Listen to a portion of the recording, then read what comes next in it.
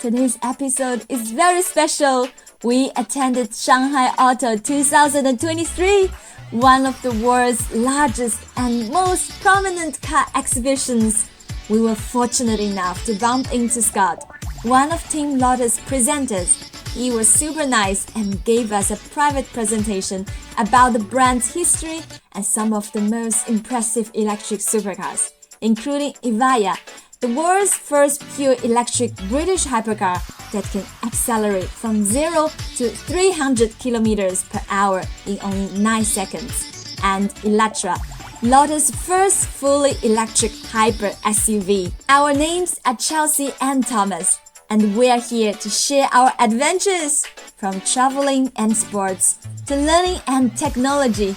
If you don't want to miss any of our upcoming videos, please hit the subscribe button. In our next episode, we will interview the lead designer of Carmen King, one of the world's most futuristic and creative SUV companies. So, let the show start. Chelsea, Hi guys! where are we now? We're now at National Convention and Exhibition Center in Shanghai. Here, it houses the 20th International Automobile Industry Fair, and more than hundreds of new models are showing here today. So let's go check it out. Let's go! Chelsea, let everyone see how the buildings looks like. It's massive. I don't know if you can see it on camera, but the whole exhibition is huge. Hey Chelsea, Hi guys, we are lining up to get into site. the queue is quite long. Hey guys, we're good thing. Yes. The line was moving up really fast. It took us less than 10 minutes to get inside. And it is super big. Check it out. Here, it's a 2-floor exhibition hall. So we're going to get a map. You can get a map of this exhibition. So let's check it out. Oh my god. The map is as big as you, Chelsea.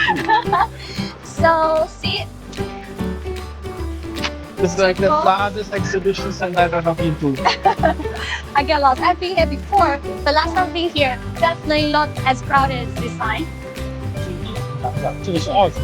Okay, I just asked for volunteers. So it's actually the second number means the floor, and the first number means the number of exhibition floor in this floor. So actually, this is like number one, number two, number 3, 4, 5, 6, 7, 8, and this is like 8th exhibition in the first floor, and we're going to check it out first. It's so big. I feel I'm inside a subway station. Hello, finally you find the entrance to this exhibition. Come. Isn't it amazing? Wow. Chelsea, Hello guys! where are we now? We're now at Lotus. Check it out. It's the 75th anniversary of the company. The company was established in 1948. Yes, and I think it specialized in the high performance speed car. So it looks cool. Let's check it out. 今天创始公司的管家，来自英国的高瑞 ，Hello， 大家好，我在这个历史上的这个墙体上面，我在路特斯给你们分享补充，一些关于路特斯75年辉煌的历史。 Hey guys. Hey guys. Hello. Hello. Now I'm with Scott, right? Scott, yep. Can you please tell us a little bit about yourself? So, my name's Scott from London in the UK, same as you guys have been there. I'm really happy about that. But today, I am the official butler for Wow. Lotus. And today we're at the Shanghai Auto Show 2023. Yes. And my job today is to let everybody know that for 75 years, Lotus has been a world champion. That's right. And that the cars you can now buy and use yourself have the blood and the spirit of 75 years of racing. That's amazing. Let's start with number one. Sure. Okay, so this is where the story begins. Mark 1, 1948. Colin Chapman, in his girlfriend's garage, decided to take an Austin 7 and make it his own. He used this car, he made it in the garage, and then he took his girlfriend on a really rough competition called English Trials. And then they fell in love and they really got to become a strong partnership. And after this, and because of the fun they had on the motor racing and making the car, they got married. But also, most importantly, they made the whole Lotus brand. Wow. Now, the story of Lotus, the reason Love story, huh? it's a love story. The reason it's called Lotus, no one knows, and no one will ever know. It's a secret that they took to the grave. Okay. However, we do know that Lotus has been one of the most successful car teams in all of racing history, ever. And it all started with this cute little love story, okay? So, then we move on. The Mark II was actually produced by his wife, and she made the first ever car that could be used in a road race, okay? So Mark II, after she went off all of the off-road stuff, I bet she was feeling a bit sore, and she said, I want a road racing car, so she made the Mark II. Mark II made the Mark III, and then eventually we got to the Mark 11.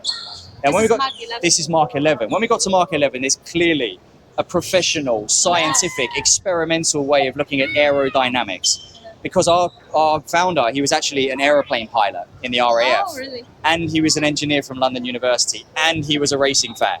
So even he's a good boyfriend for sure. he was a husband by this point. But he had a very important wife with him. You know, like every successful man has a woman behind him. She was a genius. So by the point we got to this car, Lotus is a famous brand already, particularly on the racetrack. So on the racetrack, everybody loved this car because it was so light, 450 kilograms, and it was so fast, even though it only had a 1.1 litre. Thank you And I so like much. the color, the design. Now the colour, interesting, talking about the Beautiful. colour, The sky. English cars were always green on a racetrack. British racing green. Oh. Doesn't matter if it was Aston Martin the or Bentley. So traditionally, because all cars had to use their country colour to enter a race. So English cars were green. If you go to Bentley or Aston Martin, you'll see lots of green cars there. For example, German cars were silver. You see Mercedes, they've got silver cars, right? That's the traditional colour. And you'll understand why Ferrari and Alfa Romeo are red, because Italy's colour was red. So you can imagine now, English green, it's always been green, but for some reason in the 1960s, 1968, suddenly we came out with a red and gold car. And that was weird. People were thinking, you're not an Italian company, an Italian race team. It's because we invited a tobacco company to be the world's first ever sponsor of a works racing team. And they asked for it.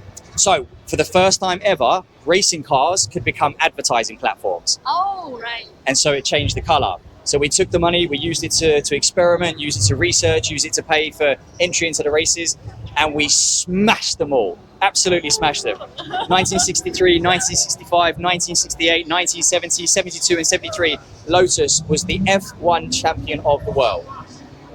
Now we're talking... That's amazing. We're That's talking, impressive. exactly, we're talking big success here, like world-renowned, unparalleled success. Okay. And it all started from making these super fast cars that could be used on the road and on the racetrack. Let's go over here and take a look. Yes. This way. So if we come over here, this is actually 1987, our car.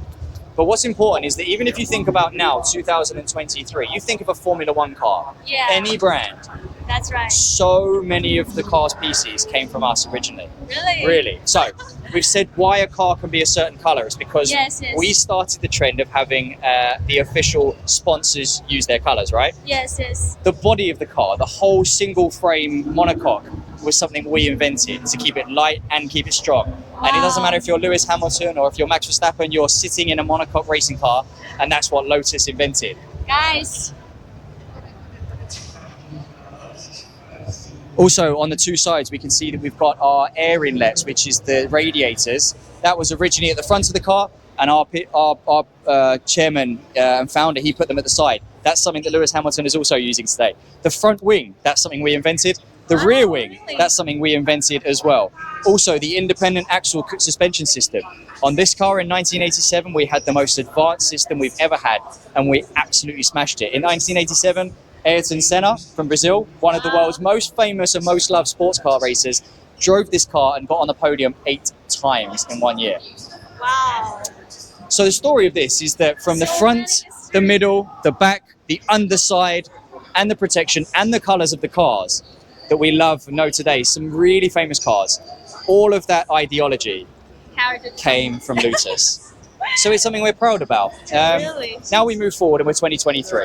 Yeah, what's Lotus, your plan in yeah. 2023? So Lotus isn't in Formula One anymore, but we are now doing a completely new, fully electric range of sports cars. Show us your favorite car model.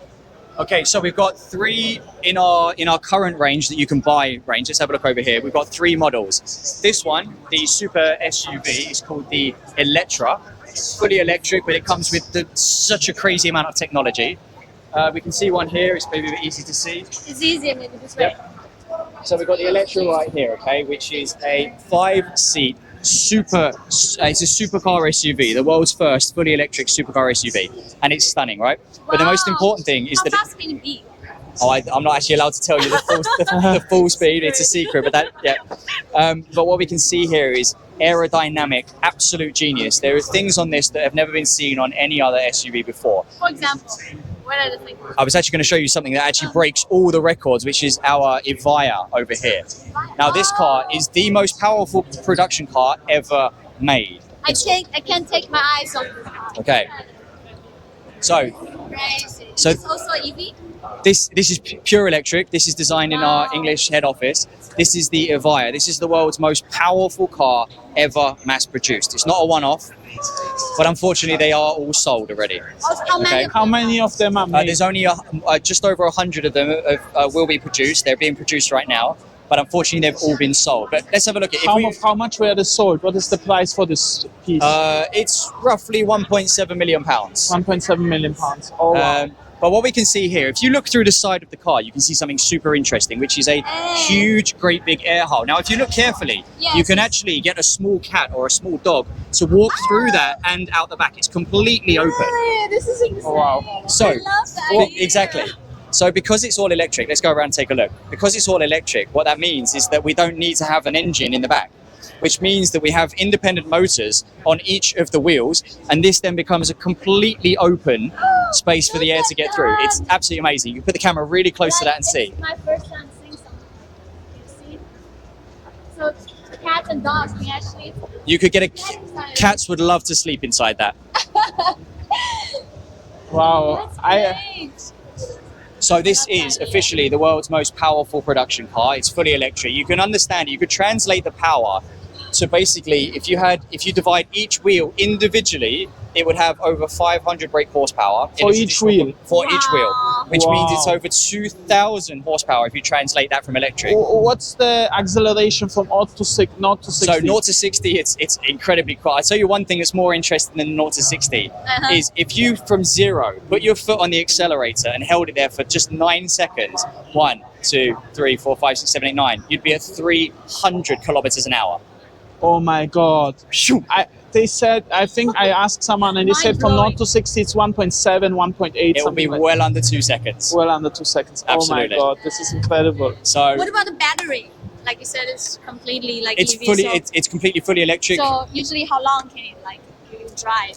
So because this is a fully electric hypercar, the Yeah. world's fastest ever Fastest. hypercar, the world's most Wow. powerful ever fully electric So hypercar. excited about it. People that buy this car, Don't care about the they're not looking at it like they're comparing with a Toyota Prius, Right, going like, I that's wonder right. how many Uber taxi rides I can do per day on this. It's not the same league. But what we can say is it's absolutely plenty, and it would definitely get you around the track Yes. more than enough times to have some seriously unforgettable fun with it. And because, of course, it's a fully road legal car, the same as our 11, the green one. You remember? Yes. On This the is racetrack. the first electric car available in Lotus for people to buy, like massive production, yes? So let's go back to this Yeah. one. So this is the Eletre, okay? This is the first ever SUV in Lotus's 75-year history, okay? Yeah. So this is the Eletre. It's absolutely gorgeous. And this represents our whole new way of engaging with the public, engaging with customers, engaging with the whole world, because we've never made an SUV before. That's right. I never know that you guys have. And the world has never seen a fully electric hyper SUV before. But with Lotus, now we have.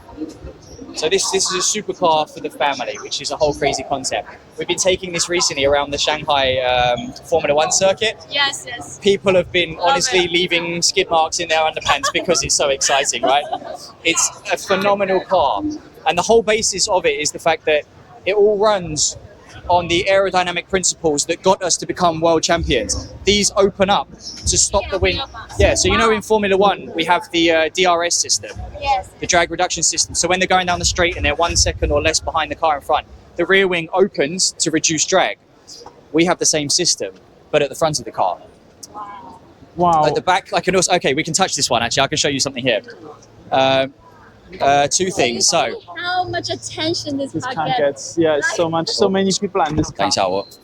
Right, what I'm going to show you here is, obviously when we have the wheels, there's a lot of turbulent air that comes around here, right? Yes. So what we want to do is minimize the drag. So what we actually have here is a hole, and if I put my hand through here, you can actually see that it comes all the way through. So it's minimizing the drag. So like on the Evija, you can actually see that all the air reduction is totally minimized, and we have this pure flow of air all the way through. So it's again a car that is very suitable for a cat. So well, like we call it, a pure electric supercar SUV. That's a lot of things to be in one. You can have supercars, you can have all electric cars, you know, you can have SUVs. Now you can have them all in one, and you can enjoy it all in one package. And it's not expensive. You're talking How much like is it? in Chinese, 81 or 110. So you're talking like It's totally affordable. Like, in the benchmark of like, you know, 80, Compared to 90,000 the other pounds, something like that as an entry level. But you can take the family, you can enjoy it. This has a 6D like floor pan, like a chassis, which means that when it's going around the corners, you remember how I told you this Formula One car? It has an independent, sorry, that was in Chinese. When I had the independent suspension control system, which allows you on the racetrack, it just automatically changes the height and the ride of the car. We have that exact system in here, which is working now. But obviously it's 40 years later, exactly, it's in the genes. So we've got 75 years of racing history bled into an all-electric new thing. In China, we've got so many brand new electric car brands, right? Literally 100 of them. They don't have the racing history, the pedigree, the understanding that we do.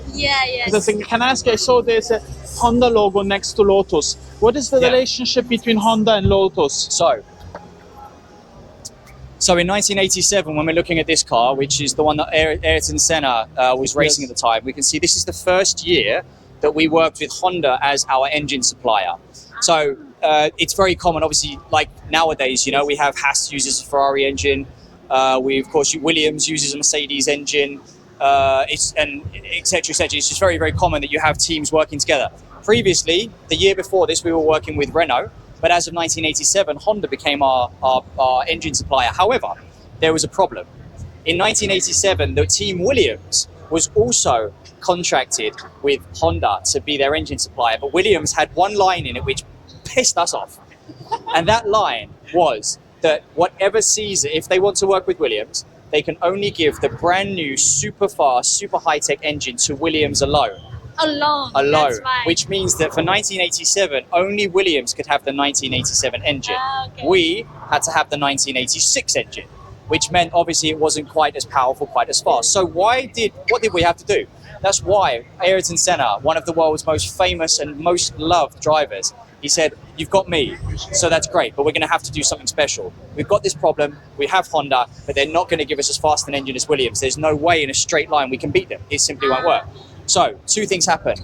In terms of our aerodynamic package, we had to really just outpace them and go super hardcore on the package. And that's also why we started really hitting hard with the fully electronic suspension system. That way, even though we had to take 25 extra kilograms of weight to put in the system, it gave us enough speed in the corners to keep us heading the advantages. So it was come across a problem and just break through it with new technology. That was the mentality the whole way through our history. That's amazing. And one last question out of curiosity, because it really amazes me. You just mentioned that this car, the fast one, accelerates from 0 to 300 in 9 seconds. 9 seconds. And my question to you is, why is it that electric cars accelerate so much faster, but the top speed is actually not that much faster than the top speed of petrol cars, but the acceleration is much, much faster? Why? That's a very good question, one which I'm not at all qualified to properly answer, but I will stab a guess. The reason it's so much faster is because it's delivered instantly. The power of electricity is direct and instant. You turn on a light, you don't have to wait for the mechanics to slowly kick into gear. There's absolutely no lag whatsoever. So it's instant delivery, and many cars have the electric motors in the wheels or directly attached to the wheels. So it doesn't have to go through an engine, which has to go through, you know, a whole different system and then transfer a couple of meters or a few meters to the wheels. It's instant direct access to power. So the reason they accelerate is that it's undiluted. Also, they don't have the same gearing systems. In between each gear that you go through on a combustion engine, first to second to third, there's gaps and there's middle gaps. Whereas in a one straight line 0 to maximum speed one gear system, which many electric cars have, you don't need to waste all that energy as well. As for why they don't have a different top speed, I couldn't actually tell you that, because the overall mechanics of a wheel, I mean, like a wheel can only go so fast. At some point, it just disintegrates. That's right. So there's also, but you get to a certain point, 300 plus kilometers an hour, where the wind resistance of a car does slow it down, So basically, I imagine it's probably more to do with the aerodynamic resistance of the actual body of a car, which really they're all kind of the same, why it can't break through wind that fast. That's Wonderful. amazing. Thank you very much. Last question. If you wanted to say something to our audience, what would it be?